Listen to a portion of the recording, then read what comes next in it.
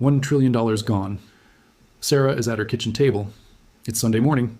She's not crying. She's not panicking. She's reading something on her laptop, and she's gone very, very still. Something is off. Then she reaches out and closes the laptop. Slowly, deliberately, like someone closing a door on something they are not ready to face. In a voice barely above a whisper, was this Bitcoin thing just a scheme, Ponzi? That question is on 1 million screens right now.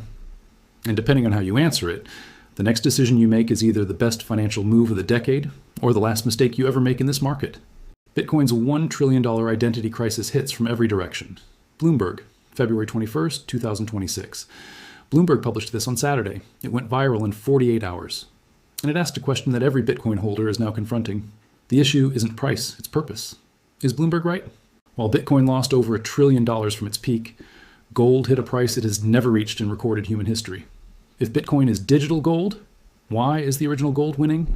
Steve Eisman, the investor who called the 2008 collapse before it happened, said this about Bitcoin last week. No fundamentals, just narrative, just price.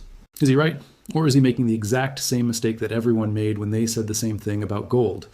Jack Dorsey, one of Bitcoin's most publicly committed long-term believers, co-founder of Twitter, builder of Square. This week, his company announced support for stablecoins, not Bitcoin, stablecoins. When the people who built the narrative start quietly building around it instead of on it, what does that actually mean? And on the same day Bloomberg published that article, the same day the Fear and Greed Index hit 8, the largest Bitcoin wallets on the planet accumulated 66,900 Bitcoin. The same day everyone was calling it dead. Who knows something you don't? 5 questions. No answers yet. By the end of this video, you will have all 5, and they will change what you see when you look at this chart.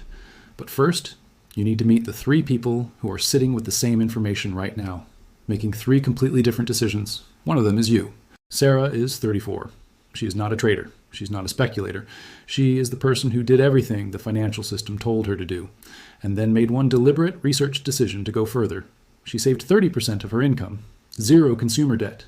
She read everything she could find about Bitcoin, not the price predictions, but the actual thesis. Fixed supply, no central bank, digital scarcity, a hedge against a system that prints money without limit.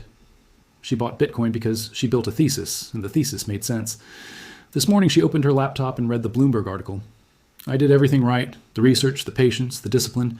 So why does this article make me feel like I've been an idiot this whole time? Sarah is not an idiot. Sarah is experiencing something with a very specific name, and by minute 20 she will know what it is. But before we move to Daniel and Marcus, I want to see who is in the room with me today. This is a global conversation, and the algorithm needs to know that this community is awake. Drop a comment right now. Tell me your city and the exact local time you're watching this. I want to see if it's 3 a.m. in Tokyo or 10:47 a.m. in London. And if you believe that access to this level of analysis should be free for everyone, hit the like button and subscribe right now. It is the only way we beat the mainstream noise together. Now, let's look at Daniel, because his mistake was different. Daniel is 29, 2 years in crypto. He has read enough to recognize a liquidation heat map and understand what ETF outflows signal. He knows that fear and greed at 8 has historically preceded recoveries. He knows all of that. And yesterday morning he sold anyway, because the data was overwhelming. Steve Eisman, Bloomberg, ETF outflows, fear and greed at 8. Every signal he tracked said the same thing: get out. Eisman called 2008. Bloomberg is Bloomberg. The data was clear. I made the right call, right? Daniel made a rational decision from real data. The problem was not the data. The problem was the question the data was answering. Marcus is 51. He has watched 4 major financial crises from the inside. He has made money in 3 of them. He has read the Bitcoin white paper 3 times. He first allocated to Bitcoin in 2021, 4% of his total portfolio. He has not changed it since. What he is holding in his lap right now is a piece of paper he printed 10 years ago. It was filed in a folder labeled, "For when this happens again." I've read this article before. Different year, different asset, same analysts, same conclusion, same outcome. That article will be on screen in 11 minutes, and when you read it, everything Bloomberg wrote this week will look different. Here's what actually happened. Let's take Bloomberg seriously, not as clickbait, not as FUD, as journalism. This is the most widely read financial publication on the planet. They assigned a team to this story. They published it on a Saturday when it would get maximum weekend reading. They knew what they were doing. Their argument has 3 distinct parts. I'm going to present all 3 as strongly as I can before I tell you what they got wrong. Bloomberg. Argument 1. Digital gold failed. Its macro test. Bitcoin's primary narrative for the past 4 years has been digital gold, a safe haven that holds value precisely when everything else is stressed. The macro stress test arrived in the fourth quarter of 2025 and into 2026. Tariff whiplash, rising yields, a strengthening dollar, institutional uncertainty. Result: Bitcoin fell 45% from its all-time high of $126,000. Gold hit $5,000 an ounce, an all-time record. Bitcoin behaved like a risk asset. Gold behaved like a safe haven. The test came. Bitcoin failed it. That is a real observation. It deserves a real answer. Not yet. Bloomberg argument 2. The payments race is over. Stablecoins won. One of Bitcoin's foundational narratives was financial sovereignty, peer-to-peer electronic cash, banking the unbanked, money without borders. The numbers are clear. Stablecoins have captured that use case faster, cheaper, and dollar-denominated. And the signal that matters most is not the volume data. It is Jack Dorsey. Dorsey built Square, now Block, as one of the most Bitcoin-aligned companies in existence. He has been publicly, loudly, and specifically bullish on Bitcoin for years. This week, Cash App added stablecoin support, not Bitcoin. Stablecoins. When the most committed builders start building around the thesis instead of on it, that is a signal that goes beyond price. Bloomberg argument 3. The speculative edge is gone. Bloomberg's third argument is the most subtle, and for me, the most interesting. They argue that Bitcoin's speculative energy, the narrative excitement, is migrating to prediction markets, to newer assets, to anything with a fresher narrative. And they cite something that is genuinely true. The Bitcoin content ecosystem has been almost entirely about price and narrative. 4-year cycles, stock-to-flow models, price targets, very little about technology, network security, or the actual mechanics. All we ever talked about was price and narrative, no fundamentals. If you were in any other industry and heard that, you'd run. He is right about the ecosystem. He is describing something real. The podcasts he was listening to were selling narrative, not understanding. He was listening to the wrong sources. That does not mean his observation is wrong. What if I wasn't wrong about the data? What if I was just wrong about what the data meant? That is the right question. And the answer starts with a piece of paper that Marcus printed 10 years ago. Back to Marcus. He holds up the printed article. August 2015. Gold had just completed a 4-year collapse. From nearly $1,900 an ounce at its peak in September 2011, gold fell 36% by December 2015. In that same period, the Nasdaq rose over 110%. This was during QE1, QE2, QE3. The Federal Reserve's balance sheet expanded from under $1 trillion to $4.5 trillion, the largest monetary expansion in American history to that point. Gold, the inflation hedge, fell 40% while the money printer ran at full speed. During those 4 years, here is what the financial press was writing about gold. Gold has no intrinsic value. Gold has failed as an inflation hedge. Gold is a purely speculative instrument. It only holds what the next buyer is willing to pay. The gold narrative has been exposed. The same article, different year, different asset, same analysts, same conclusion. Charlie Munger and the category error. You can buy 100 acres of farmland. In 100 years, it will have produced crops every year. Or you can buy an ounce of gold. In 100 years, you will have 1 ounce of gold, and it will have done nothing for you. Charlie Munger, one of the most respected investors of the 20th century, dismissed gold his entire career. No cash flows, no intrinsic value. Warren Buffett agreed. The entire value investing community agreed. Gold today, $5,000 an ounce, all-time record. Central banks around the world holding it as their primary reserve asset, outperforming almost every other asset class in 2025 and 2026. Were Munger and Buffett wrong? No, they were right about gold's characteristics. They were wrong about what those characteristics mean. Gold does not produce cash flows, that is a fact. But gold is not trying to produce cash flows. Gold is trying to be the one asset that survives everything else failing. The asset with no counterparty, finite supply, and thousands of years of consensus. Munger, confused, does not have the characteristics of a productive business, with therefore has no value. Those are not the same statement. Making that confusion is a category error, mistaking what something is for what it is supposed to be. The critics of Bitcoin in 2026 are making the exact same category error. Here is the piece of context Bloomberg deliberately excluded. Who is buying gold right now? Central banks, sovereign wealth funds, institutional allocators who are 50 years old and above, people whose financial instincts were formed before the internet existed, who trust gold because their mentors trusted gold, because it worked for 5,000 years, because they can hold it, see it, weigh it. These are not stupid people. They are making a rational decision. They are using a framework that was built before Bitcoin existed. Now ask a different question. Who understands Bitcoin?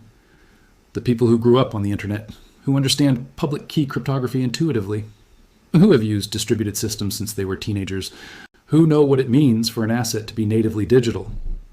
Not a digital representation of a physical thing, but something that exists only because of a decentralized network. Those people are 30 years old right now. In 20 years, they will be running the sovereign wealth funds, the pension systems, the central banks. The people writing these articles about Bitcoin are the same age as the people who wrote those articles about gold in 2015. And the people who will prove them wrong are currently in their 30s, building the world those articles cannot imagine. Sarah just stopped asking, is Bitcoin dead? She started asking a different question. That shift from price to fundamentals is the most important move anyone can make in this moment. Now I want to show you the data that Bloomberg did not put in their article, because this data directly contradicts the narrative that dip buyers have vanished. On February 23rd, Bitcoin dipped below $65,000. Fear and greed dropped to 8. Daniel sold. Bloomberg's headline went viral. The identity crisis narrative peaked. Here is what the liquidation data shows about that specific move. The densest cluster of retail leveraged long positions was sitting between $65,000 and $66,000. These are positions that get automatically sold if price touches that level. The holder has no choice. The system executes without them. Bitcoin touched that level exactly. $178 million in long liquidations in 24 hours.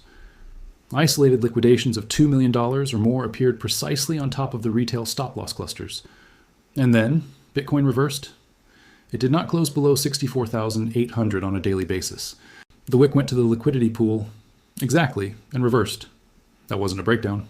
The bottom was engineered to be exactly where my stop was. Daniel was not wrong to have a stop loss. He was wrong about why price hit it, and therefore wrong about what it meant. On the same day, Daniel sold, the same day Bloomberg published the identity crisis article. Here is what was happening in wallets the media was not covering.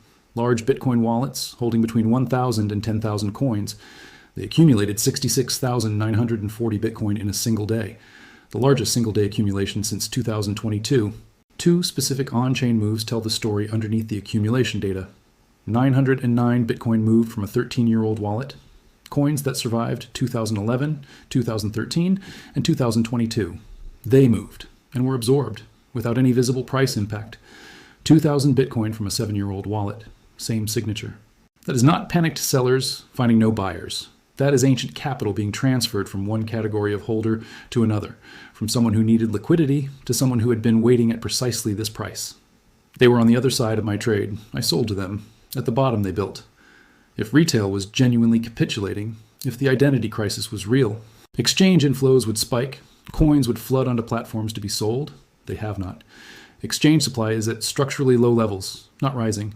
Despite the price drop, despite the Bloomberg headline, long-term holder UTXOs, coins that have not moved in over a year, unchanged. The holders who have been through multiple cycles are not selling. The people who understand this the most are not moving. I almost sold because the people who understand it the least got loud. Bloomberg cited ETF outflows as evidence of institutional retreat. Over $4 billion out of spot Bitcoin ETFs in recent weeks. Here is what Bloomberg did not place next to those numbers. Strategy purchased 2,486 Bitcoin. That was $168 million in the same week. Average price, $67,700. Total holdings, 717,000 Bitcoin. Not selling a single coin. Metaplanet, a Japanese public company, raising capital specifically to buy more, targeting 2,000 and 10,000 Bitcoin by 2027. Same week, same price range. ETF funds selling, corporate treasuries buying. These are not the same category of institutional money. ETF investors operate on quarterly performance cycles. They react to headlines. Corporate treasury allocators operate on decade-long theses. They react to price compression as a buying signal. Bloomberg measured the selling. They forgot to measure the buying. Marcus has set the Morningstar article on the side table. He is now holding something else on a single printed page. He looks at it for a long moment. Then he sets it face down on his knee. He opens his laptop for the first time in the video. Marcus did not open his portfolio to check the price. He opened it to confirm that the plan he made when he was calm still makes sense. It does. Now, before I close the 5 questions I planted at the beginning, I need to say something directly. I want to acknowledge something before I answer those 5 questions. This week was genuinely hard, not just for people who lost money, but for people who believed in something, who built a thesis and did the research, and then watched the loudest voices in finance declare that everything they understood was wrong. Sarah did not lose because she was naive. She made a thoughtful decision based on real analysis. The fact that the price moved and the media got loud does not make her decision stupid. It makes this moment uncomfortable. Those are not the same thing. Daniel did not lose because he panicked. He made a rational decision from real data. The problem was a mismatch between the time horizon of his signals and the asset he was holding. That is a correctable error, not a character flaw. And Marcus? Marcus has been here before. Not with Bitcoin, but with a different asset in a different year. He was surrounded by the same confident voices making the same confident mistake. He picks up that second printed page from his knee. It is something he wrote himself, a single page, handwritten. At the top, it says, "What I will do when this happens again." The scheme in this story is not Bitcoin. The scheme is the moment, engineered to feel like the end. It is designed to extract conviction from the people who have it and transfer it to the people who are waiting for exactly this. The question was never, was Bitcoin a scheme? The question was always, do the fundamentals that made you buy still exist? Now let's answer the 5 questions. Bloomberg asked, has Bitcoin lost its purpose? Bitcoin's purpose is not, and has never been, to win the payments race. The base layer was designed to be slow by design to maintain decentralization. Stablecoins winning payments does not mean Bitcoin lost its purpose. It means payments was never Bitcoin's purpose. Bitcoin's purpose is to be the one monetary asset that no government can inflate, no bank can freeze, no border can stop, and no central authority can manipulate. In 17 years, the supply schedule has never been altered. The 21 million cap has never been violated. The network has never been successfully attacked, through Mt. Gox, through the China mining ban, through the 2022 collapse. The purpose is intact, the price moved, the purpose did not. If Bitcoin is digital gold, why is gold winning? Gold is winning right now because of one specific force. Geopolitical uncertainty driving central bank buying by institutions whose frameworks were built before Bitcoin existed. But those institutions are not the future buyers. They are the current buyers. The future buyers, the generation that understands distributed networks and digital scarcity natively, are 30 years old right now. In 20 years, they will be allocating the sovereign wealth funds. Gold had its decade of identity crisis from 2011 to 2015. It recovered. It reached $5,000 an ounce. Bitcoin is 17 years old. Gold is 5,000 years old. The comparison is not between two mature assets. It is between an established asset and an emerging one. Was Steve Eisman right? No fundamentals. Eisman was describing the Bitcoin content ecosystem, and he was right about it. Years of price targets without substance. But the fundamentals exist. They are just not cash flows, because Bitcoin is not a business. Bitcoin's fundamentals: a fixed supply that no authority can change, a network running for 17 years without a successful base layer attack. Hash rate at all-time highs, more computational power securing the network today than at any point in its history. A realized price of approximately $55,000, the aggregate cost basis acting as structural long-term demand. Eisman made the same error as Munger on gold. He confused does not have business fundamentals with has no fundamentals. What does Jack Dorsey adding stablecoins actually mean? It means stablecoins are better for payments. This has always been known. Bitcoin was never built for payments. It was built for sovereignty. Dorsey understands this. He is not abandoning Bitcoin's thesis. He is using the right tool for the right job. Stablecoins for daily transactions. Bitcoin for long-term value storage. The error is treating stablecoins one payments as equivalent to Bitcoin has no purpose. These are not the same claim. Who knows something you don't?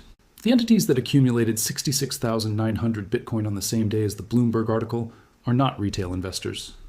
They are long horizon allocators with specific frameworks and specific price levels they had been waiting for. They have been here before, in other cycles, other assets, and other moments when the media declared the death of something they understood better. The scheme is not Bitcoin. The scheme is the fear, the engineered compression that extracts Bitcoin from retail hands. Daniel was not wrong to be cautious. He was wrong about who was on the other side of his trade. And now he knows. You have been watching this through one of 3 lenses. You know which one. If you are. Sarah. Sarah's question, did I do everything right, or was I an idiot, has an answer now. You did everything right. The thesis you built was not wrong. Check each element. Has the supply changed? No. Has the network been compromised? No.